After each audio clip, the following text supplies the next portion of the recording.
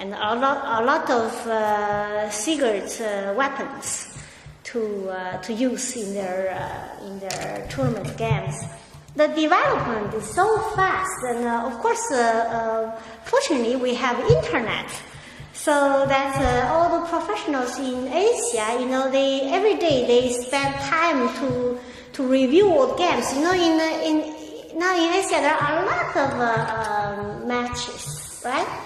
International tournaments already very many, so tons of games. So what they do is that they go to the internet. They spend very few minutes for a game, very, very fast, until they see some new move. Oops! Then they come study together to see how it works. Because if one doesn't know that variation, and next game he is going to lose. So it goes so fast, the Joseki. So what I have here, yeah. This one is I explained once in one of my workshops. So this is a Joseki way. No, some players all know this one. I think high Q players also start to play this one, right? And that white honey here. Yeah, this is the Joseki. And I wanted to show you this one is, I found it so interesting after 30 years. Still, when I think about this thing, and just, this kind of happiness from my body, it goes up. It's a very nice idea from Nie Weiping. Again, we call him Nie teacher, master Nie. And one time, he was reviewing one of my games, and so we're talking, and it comes to this Joseki. And then he says, this move I don't like. Why? Please tell me. And he says, this is boring. It's a Joseki, too boring, So he says, you see, you have this, the right side, black is building a big moil. So if we play like this and white easily invade, then there is no moil anymore. So he says, I don't want that. So I play a little feather. Yeah.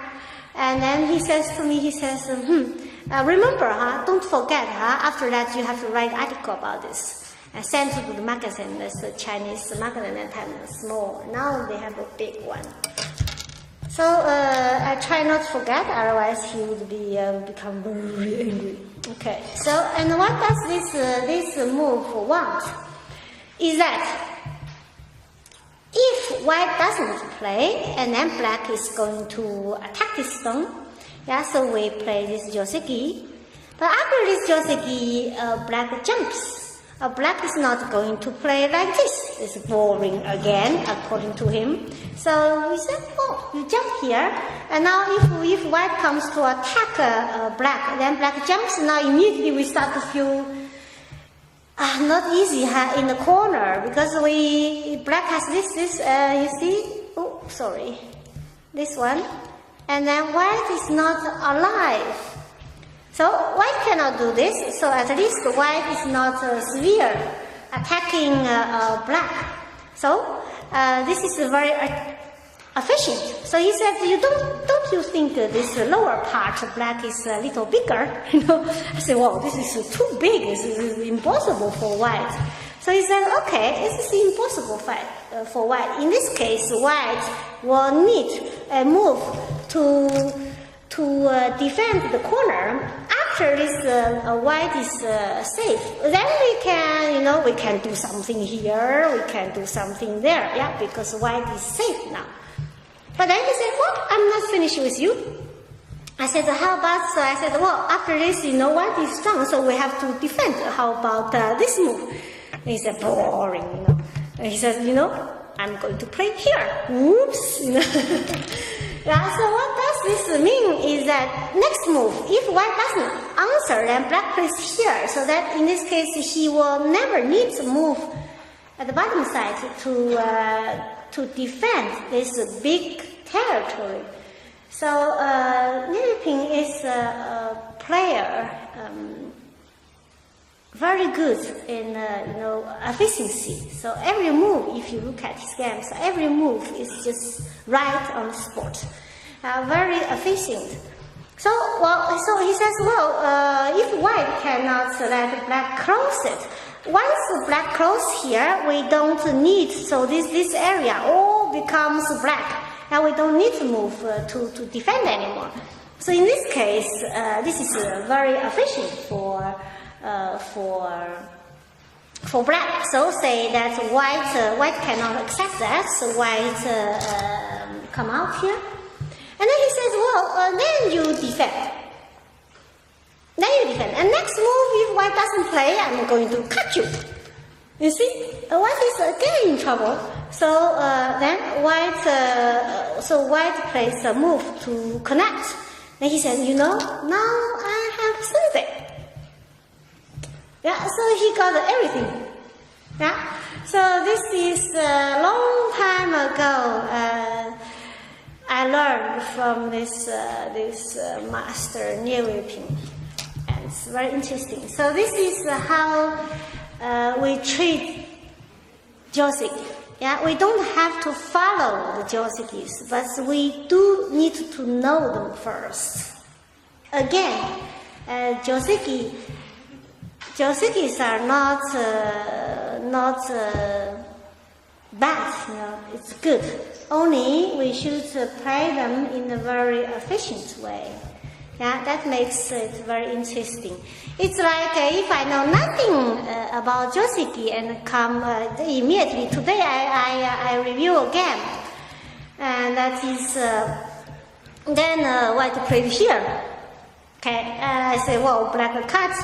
The game over, huh? And so that we do need to know a little bit Joseki. Okay, some 10Q.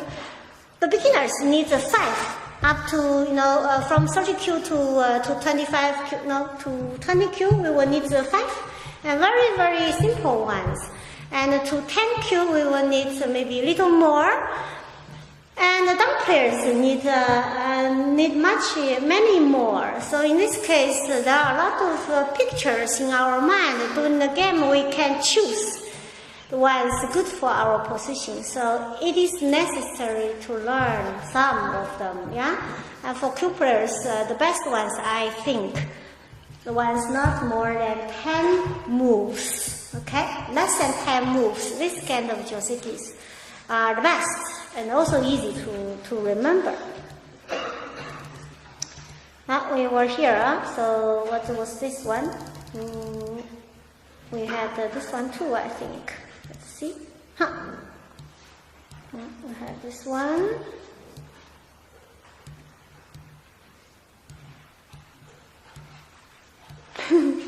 Very big, huh? This one. Okay, this is for many Q players. This is a very very important thing, and this one is in the old Joseki book. That many people played here still today. In this tournament, I have seen people play block at Q17.